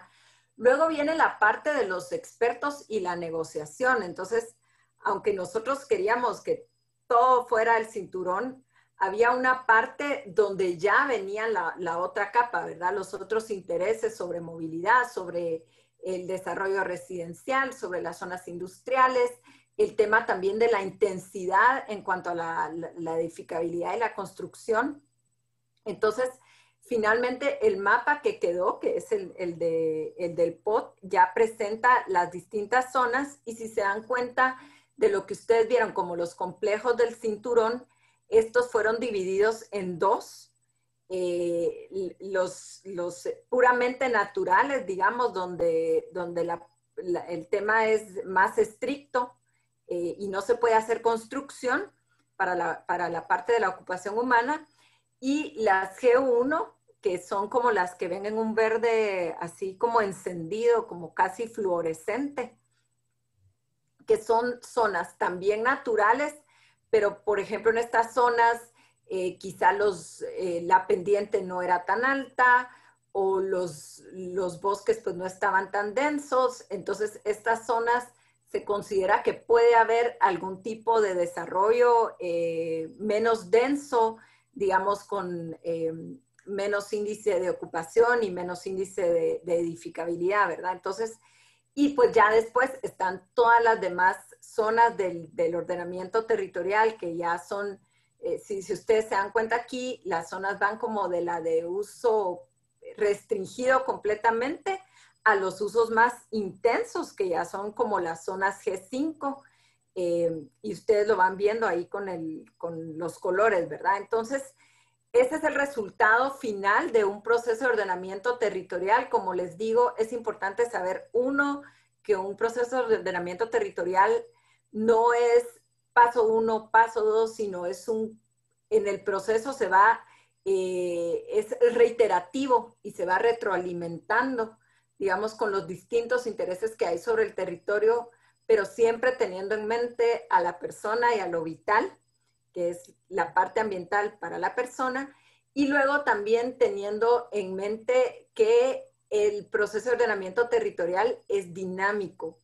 Entonces, si ustedes leen un poco más en los POTS, se dejan, por ejemplo, zonas donde se pueden desarrollar planes locales, precisamente porque en ese momento no hay mucha claridad, entonces se van a hacer algunas normas más específicas. Se tiene, digamos, una visión sobre esos territorios, pero se necesita desarrollar normas más específicas. Pero además los planes también pueden ser revisados, digamos, las normativas también pueden ser revisadas. Y esto es positivo porque las necesidades de sostenibilidad están siendo cada vez mejor, o más bien la identificación y las tecnologías y las soluciones están siendo cada vez mejoradas. Conforme vemos que hay más destrucción, también van surgiendo más soluciones, ¿verdad? Entonces, eso es positivo. Si los cinturones, por ejemplo, se hubieran quedado con esa visión de solo restringir la construcción, pues no se hubiera visto toda la capacidad que tienen también de generar otros servicios ambientales para las sociedades, principalmente en este caso las sociedades urbanas. Entonces, no sé si, Julia, ¿tú tenías algo que querías agregar? No, como está un poco complicado hacer un ejercicio aquí, pero entonces solo teníamos una imagen ahí que los que están participando pudieran comentar, ¿verdad? Entonces, pero no sé, Stephanie, si todavía, más que todo, solo oír las opiniones de ellas y ver, por ejemplo, en esta imagen es un municipio como muchos de Guatemala, ¿verdad? No todos están en áreas planas. Y en este caso, por ejemplo, de todo lo que mencionó Karen, lo que mencionó Karen, ver el contexto, o sea, a los alrededores de las áreas pobladas, las áreas habitadas, y ver qué es lo que tendríamos que hacer en estos municipios. Por ejemplo, ver primero el contexto, el alrededor, y ir bajando de escala después para ir viendo ya en donde está ya la concentración de la población también qué elementos verdes son los que hay que considerar. Pero digamos de manera general, esta es una imagen tal vez esta no tiene demasiadas áreas boscosas, pero sí hay elementos importantes ahí como los ríos o riachuelos que hay que tomar en cuenta ya en un proceso de ordenamiento territorial, por supuesto, bajo todos los análisis que se han mencionado, ¿verdad? Pero importante ver eso, de que todos los municipios van a ser diferentes y es un reto cada vez que se quiera hacer ordenamiento territorial en los municipios, y entonces hay que enfocarse en el área, analizar el área específica, ¿verdad? Para poder dar buenas soluciones.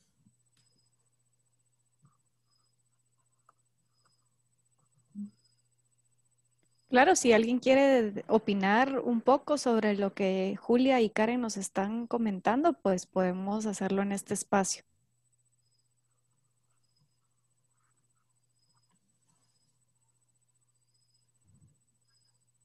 Buenas noches. Mi nombre es Pamela Camarero. Soy ingeniera ambiental y la verdad es que estos temas yo no los manejo tanto, ¿verdad? No es mi área de especialidad. Pero me quedan, bueno, sí me resolvieron algunas dudas al final de lo que iban comentando. pero de todos modos me quedo como con muchas cosas como muy negativas en la parte tanto de la urbanización sostenible, y de cómo se maneja en Guatemala eso, ¿verdad? Porque le consulté a la arquitecta que si realmente eso lo aplicaban a todos los proyectos que se aprueban, ¿verdad? Y entonces me comentaba que no, que ellos lo hacen, digamos, en varias áreas de la municipalidad, que me imagino que serán entonces los corredores estos que están por la zona 15 o por todas esas zonas que tienen áreas boscosas ahí que todavía quedan, ¿verdad? Y veo la otra cara, que el ordenamiento territorial realmente es un tema que yo no me metería a trabajar porque es complicado. Solo de verlo ya me dolió la cabeza y de pensar que realmente qué difícil y sí, es dinámico, ¿verdad? O sea, no va a ser siempre igual, no va a ser, o sea, de un año a otro ya cambió un montón el lugar, ¿verdad? Y definitivamente la población sí tiene mucho que ver, ¿verdad? O sea, ellos deciden a dónde van, cómo se mueven, qué quieren hacer, a dónde ubicarse, ¿verdad? Así somos. Pero tal vez no es más que dudas, sino que comentarios respecto a las situaciones, porque lo podemos saber y lo llevamos a todos lados, a que lo conozcamos, a que se pueda practicar.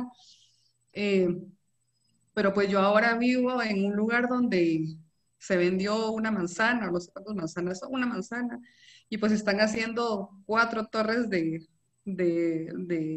¿cómo se llama?, de apartamentos, y no se ve absolutamente nada verde ahí, ¿verdad? Y sé que estamos en la ciudad y que yo sé que ya no es lo mismo y que pues estamos cambiando, la tendencia es distinta, la gente quiere vivir en espacios chiquitos. Pues de eso yo no lo discuto. A quien queremos vivir como nos plazca. Pero veo esos lugares que realmente no hay nada verde, o sea, absolutamente nada verde. Entonces, realmente digo yo, tanto esfuerzo se hace para que los proyectos sigan siendo exactamente los mismos, solo que con un enfoque distinto, ¿verdad? Ahora que van para arriba, ya no van para los lados. Y pues hasta muestran una imagen de un parque que es totalmente de plástico, ¿verdad?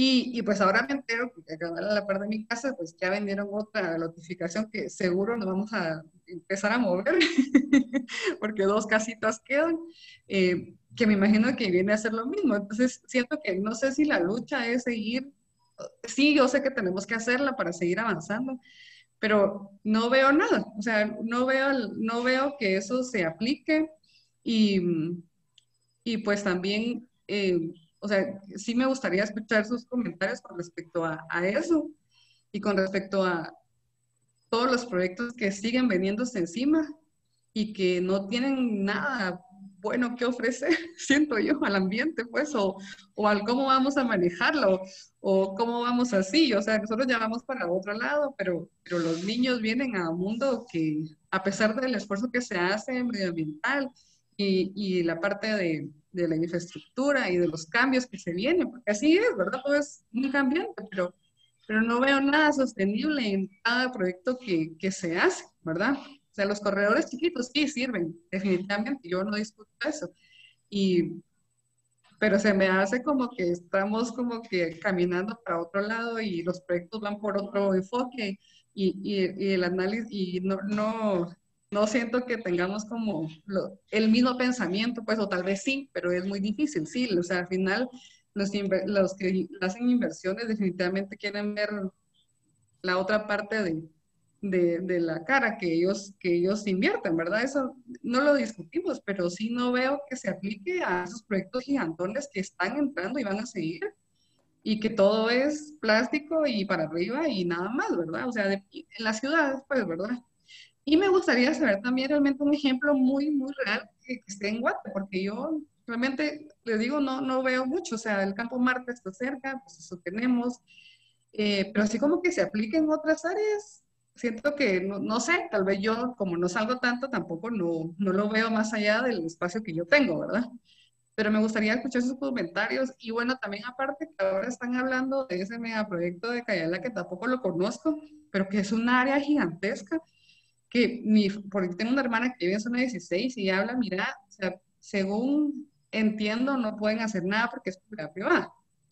Y entonces me dice, y aparte, o sea, si tú ves que yo en los años que he vivido acá, el clima ha cambiado, o sea, aunque sea, se ve, ¿verdad? Ya no es el frío que mantenía todo el año, sino que ahora ya hay más calor en todo el año, a pesar de que estamos cerca, ¿verdad? Pero sí está como cambiando.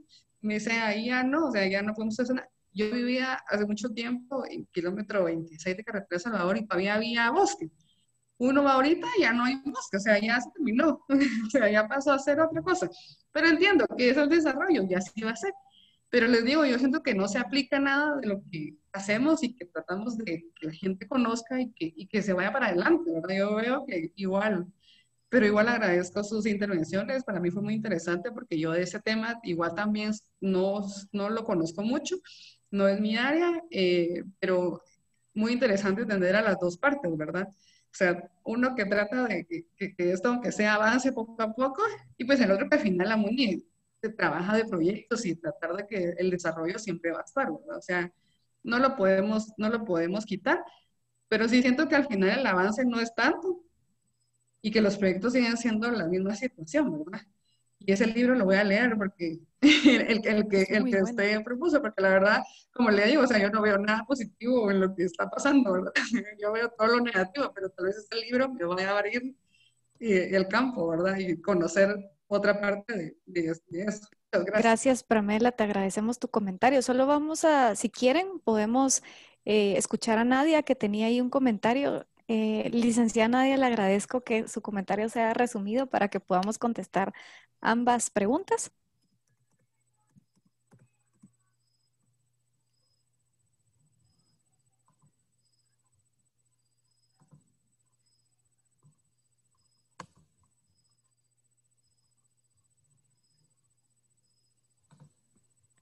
Creo que perdimos a la licenciada Nadia. Entonces, si quieren, contestemos la pregunta de Pamela, las varias preguntas de Pamela realmente. Yo no sé si Alejandra quería mencionar algo porque Pamela se refirió primero al arbolado, entonces no sé si hay algún comentario sobre ese tema. Sí, claro, mira.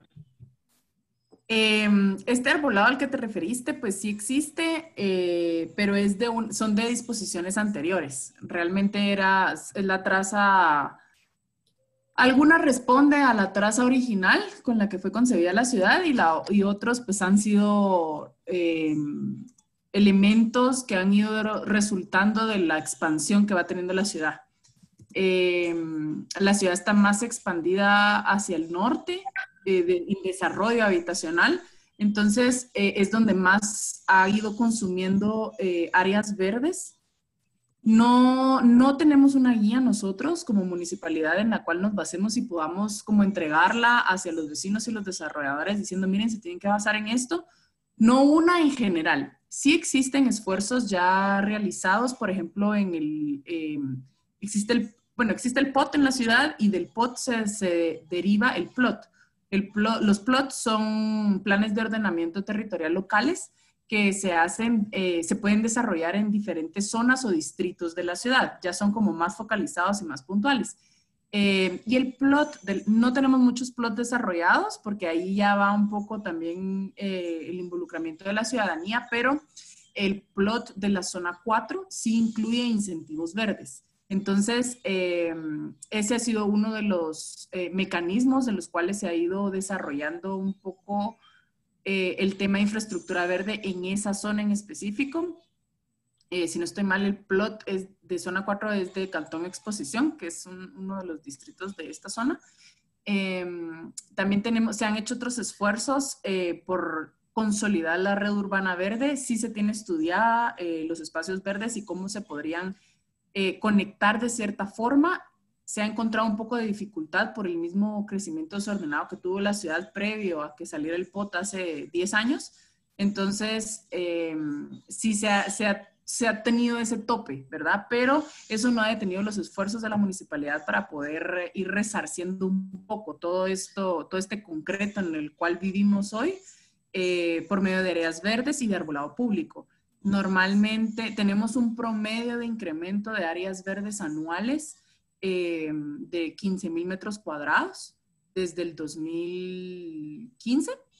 y tenemos un promedio también de siembra de árboles de 10,000 árboles al año desde el 2015 también. Entonces, sí hay esfuerzos, no existe una normativa como tal, por eso es que no se podría decir que todos nos regimos o que todos los proyectos se deben de regir por eso, pero sí hay esfuerzos. También existe una metodología desarrollada en conjunto con una asociación civil que se llama GGVC, que es el Consejo Verde de Construcción de Guatemala. Por sus siglas en inglés se llama GGVC.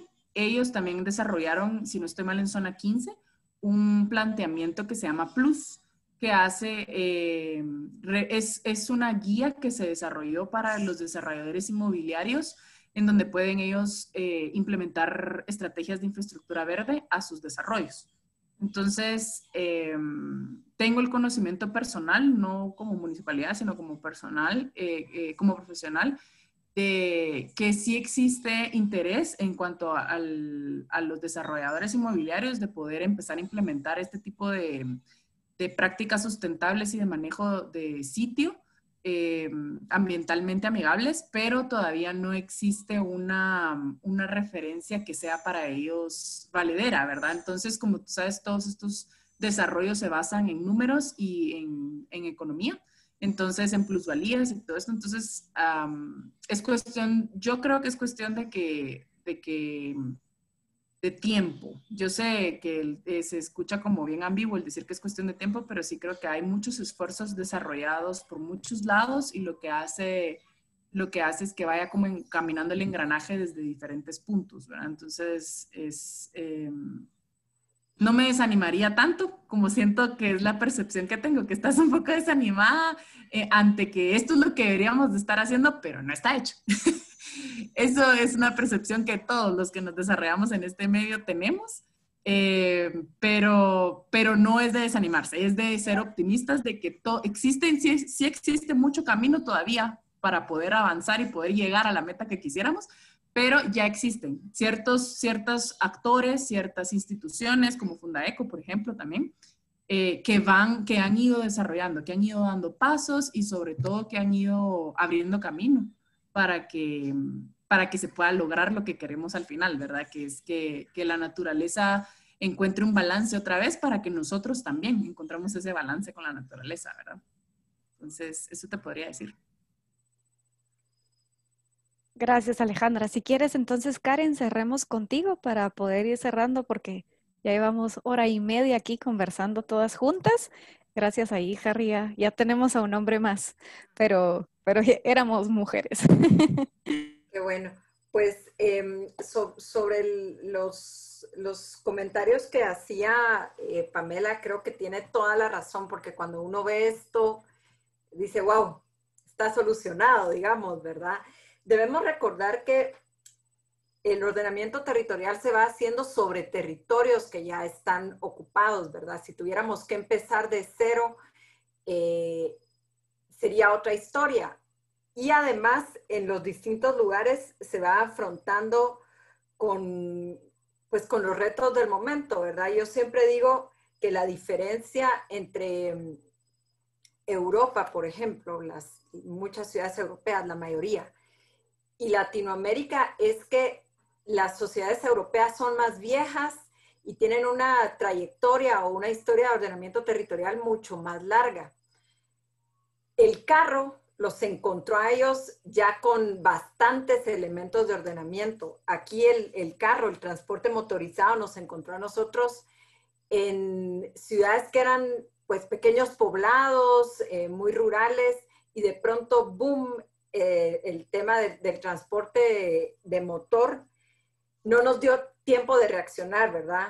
De sociedades que venían con una historia larga de estar ordenando, a Latinoamérica, que tiene una historia, digamos, en las estructuras sociales actuales, las administraciones actuales, tan reciente, no nos dio tiempo de responder a eso. Entonces, obviamente esto no es una justificación, ¿verdad? Porque esa es nuestra realidad y deberíamos encontrar pronto esa solución. Pero lo que sí es que vemos el reflejo, digamos, cómo las ciudades se fueron desarrollando los poblados, eso de que la carretera sea el eje y después todo se desarrolla ahí, es un poco reflejo de eso, ¿verdad? Eso por una parte. Por otra, recordemos que las sociedades latinoamericanas también tienen un tema, y es que son también las ciudades donde hay todavía un alto crecimiento poblacional, a pesar de que está disminuyendo, digamos, en las sociedades europeas, incluso en algunas asiáticas, no en todas, ¿verdad? Pero en muchas asiáticas, este tema ya venía estabilizándose desde hace un tiempo, aquí no. Entonces, aquí estábamos en pañales, apenas nuestras democracias, digamos, que son las estructuras que nos permiten implementar todo este tipo de instrumentos, estaban en pañales, muy jóvenes, y al mismo tiempo pues, surge todo este tema del transporte motorizado, para arriba el tema del crecimiento poblacional. Entonces, lo que tenés es un conjunto de elementos que hace que el ordenamiento territorial sea primero más complicado, ¿verdad? No teníamos nosotros esa costumbre o a pesar de que estaban los cuerpos legales, no es la costumbre, no teníamos la experiencia e incluso te digo, ni siquiera las capacidades, ¿verdad? La mayoría de municipalidades del país no tienen la capacidad de hacer su ordenamiento territorial. Entonces, lo que pasó es que pues crecimos en un desorden terrible. De hecho, yo no sé cuántas municipalidades, creo que 4 o 5 tienen planes de ordenamiento territorial. Por ahí el gobierno impulsó lo que Julia les comentó al inicio, que son los PDMOT, pero que esos no son planes de ordenamiento territorial. Eso es una formulación de ideas, de sueños, pero cuando eso no se vuelve norma, no es plan, ¿verdad? Eso se engaveta, vienen, lo cambian. Entonces, precisamente esa es la situación en la que encontramos y a la que nosotros debemos aprender a reaccionar y adaptarnos, ¿verdad? Entonces, tiene razón en todo lo que dices, todo se ve muy bonito, pero los retos son enormes, ¿verdad? Luego hay un tema, 2 elementos en Guatemala que priman a la hora de tomar decisiones, siquiera de dar el paso de ordenamiento territorial. El primero es el tema de propiedad privada. Hay mucho temor y mucho desconocimiento alrededor del tema de propiedad privada, a pesar de que desde la Constitución está normado que la propiedad privada es sobre el suelo, digamos, ¿verdad? Pero para abajo y para arriba es derecho del gobierno y de los gobiernos municipales normarlo. Entonces, en realidad, y esto viene pues, del derecho europeo, y en Europa por eso es que se ha desarrollado un detalle impresionante. O sea, ya en algunas zonas está normado el tamaño de la ventana, pues, ¿verdad? A ese nivel. Pero como aquí eso no existe, o hay un temor, o hay una creencia de que no pueden normar sobre la propiedad privada, pues la gente ha hecho lo que se le da la gana, ¿verdad? Y es hasta que existe la norma escrita, que entonces porque está, digamos, muy general en la Constitución y en el Código Civil, pero hasta que existe una norma escrita es que ya se puede defender o decir contra qué o qué es lo que se está defendiendo, ¿verdad? Entonces, definitivamente el hecho de que, y por ahí mencionabas el tema del socorro, el hecho de que sea propiedad privada no es una justificación, porque aunque sea propiedad privada, lo que se puede hacer dentro sí tiene una normativa. Por supuesto, el detalle de la normativa es el problema, ¿verdad? Porque si esa normativa no llega a ciertos detalles o si esa normativa es laxa, pues definitivamente eso es lo que va a suceder, ¿verdad? Pero esa es una. Y la otra es el tema del mercado. En Guatemala, el tema del mercado de las tierras no está regulado. Hay mucha especulación. Y eso hace, por ejemplo, que en ciertas zonas donde todavía hay mucho valor ecosistémico o pues zonas de interés ambiental, prive, digamos, los valores comerciales del desarrollo y con altos precios, porque el mercado no está regulado, ¿verdad? En otros países hay ciertas regulaciones para ciertas zonas sobre los valores. Realmente yo no soy experta en eso y no te lo puedo explicar con detalle, pero sí hay formas de regular los mercados del suelo para que esos mercados especulativos no afecten tanto la parte de los servicios ecosistémicos y de los ecosistemas en general, ¿verdad?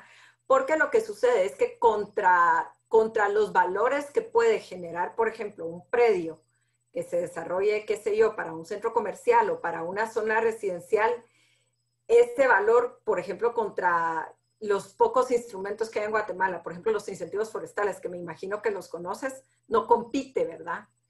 Entonces, esto del mercado me lleva a lo último y es la parte de los incentivos. Alejandra mencionaba que, por ejemplo, en zona 4 se pusieron algunos incentivos.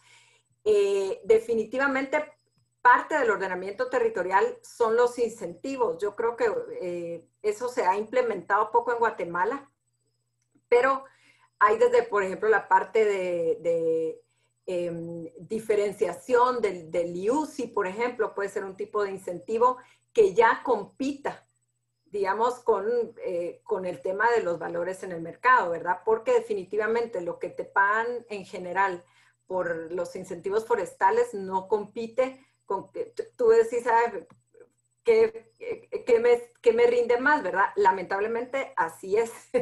Entonces, no, por supuesto, para uno que está defendiendo estos temas no debería ser así, pero así es. Entonces, por eso es que hay otros instrumentos, digamos, hay instrumentos que motivan y hay instrumentos que regulan y prohíben. Entonces, ese es ahí está el tema del asunto que creo que hace falta en Guatemala desarrollar más. El POT, como digo, que es algo dinámico. Lo que yo sé es que hay algunos instrumentos que no han sido desarrollados todavía. Y bueno, yo no voy a explicar por qué, porque no trabajo en la MUN y desconozco por qué no se ha hecho, pero esa sería una parte excelente para poder empezar a que se mire más real lo que tuviste en el mapa, ¿verdad? Gracias, Karen. Seguramente Pamela quedó satisfecha con ambas respuestas, ¿verdad? Vamos a pasar al cierre por el hecho del tiempo, ¿verdad? Porque ya muchos de nosotros llevamos 2 horas aquí escuchándolas y ha sido satisfactorio realmente. Como bien se los comentó Karen, yo estoy recibiendo un curso. Bueno, estaba recibiendo un curso relacionado con ordenamiento territorial y como bien lo dice Pamela, en los primeros días yo salí bastante decepcionada y triste, ¿verdad? Porque uno no lo ve, pero ya después hablando con Alejandra y Alejandra me motivaba y me decía, no, vieras que sí, lo estamos haciendo en la MUN y no sé qué. Y bueno, y Karen también con muchos de los proyectos que tiene Fundaeco, pues motiva a uno como ingeniero ambiental a hacer el cambio. Quizás no lo podemos hacer en gran escala como quisiéramos, ¿verdad? Por supuesto que ahorita el impacto que tenemos en el corazón, muchos de nosotros, es el proyecto Cayala, que es el que nos está comiendo un poco, ¿verdad? Pero seguramente habrá algo en lo que podamos hacer el cambio. Quizá no en un proyecto como propiedad privada que decía Karen, que no nos podemos meter mucho y que a veces tenemos mucho miedo de afrontar estas situaciones. Entonces, les agradecería a todos. Bueno, Karen, nosotros tenemos un diploma de participación para ti, para Julia, como bien lo escuchaste en el momento con Alejandra, pues nuestro objetivo también es gratificante pues, poderlas tener entre nosotras, ¿verdad? Y realmente pues ha sido bastante satisfactorio poder escucharlas a todas. Entonces les pediría a todos que por acción de cámara y por celebrar nuestros 36 años, pues queremos esto hacerlo más presencial, ¿verdad? Más vivencial. Les agradecería a todos los que están en la sala que enciendan sus cámaras para que podamos tomar una fotografía.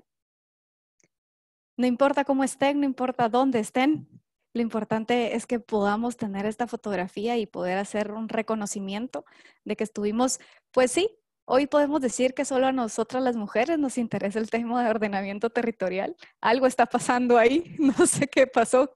Tal vez nosotros tenemos más ordenado algo dentro de la cabeza, pero eso es lo que tenemos hoy. Entonces voy a tomar una fotografía, sonriamos por favor. Listo. Muchas gracias a todas, de verdad. Ha sido muy satisfactorio escucharlos. Sé que quedaron muchas dudas, sé que quisiéramos extendernos muchísimos en el tema, pero ahí está Karen, está Alejandra, está Julia, que seguramente van a querer contestar sus preguntas. En el chat vamos a poner los correos electrónicos, si no me pueden escribir a mí directamente y yo puedo pasarles los contactos. Les agradecería a Karen y a Julia que puedan subir su presentación, ya que somos tan pocas, pues es más accesible poder en el chat tener esa presentación y así poder tener toda esta información. Les agradezco a todas, feliz noche, muchas gracias por celebrar con nosotros los 36 años de la facultad y ha sido realmente una noche muy, muy especial para nosotras. Que tengan feliz noche y gracias por participar con Feliz nosotras. noche, gracias por todo. Gracias a todas. Gracias. Adiós.